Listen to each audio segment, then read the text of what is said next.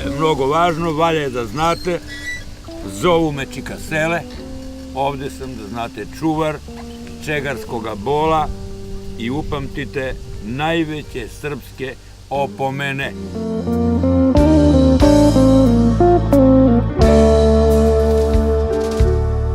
Kad su počele pripreme za proslavu 180 godina od čegarskoga boja, profesor istorije Bogomir Stanković, inače tadašnji direktor Narodnog muzeja, dao mi je ključ od spomenika, a onda je predložio na odboru za proslavu, koji je broj 101 čoveka, i jednoglasno sam izglasan i proglašen domaćinom kompleksa Čegar, ali status volonter.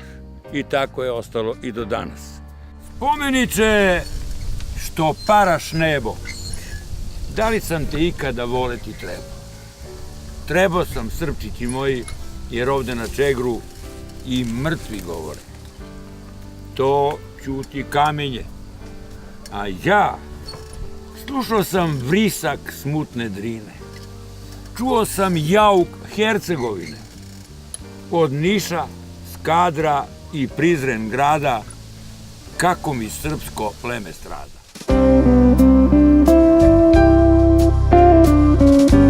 Moj glavni cilj je pre svega, kad sam počinjao da radim, da oživim spomenik.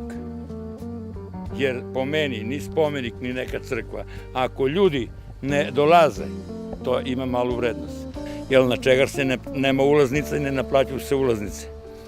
Ovaj top huligani su došli preko noći i podigli, vidite, konzola je velika, okrenuli ga i oborili ga. To je bio najveći stres koji sam ja doživeo i prosto su se svi, promenio sam i boju lica, par dana sam bio crn, svi su se bojali da li ću da preživim. Hvala vam na svemu, bilo je zadovoljstvo slušati vas, pa ćemo doći još neki put sa drugom decom. Hvala vam.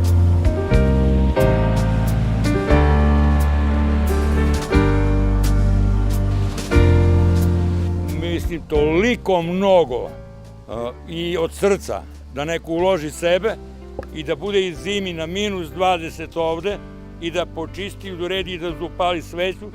Vojvodo moj i moji resavci, čuvajte me i ja ću vas čuvati dok god budemo mogli.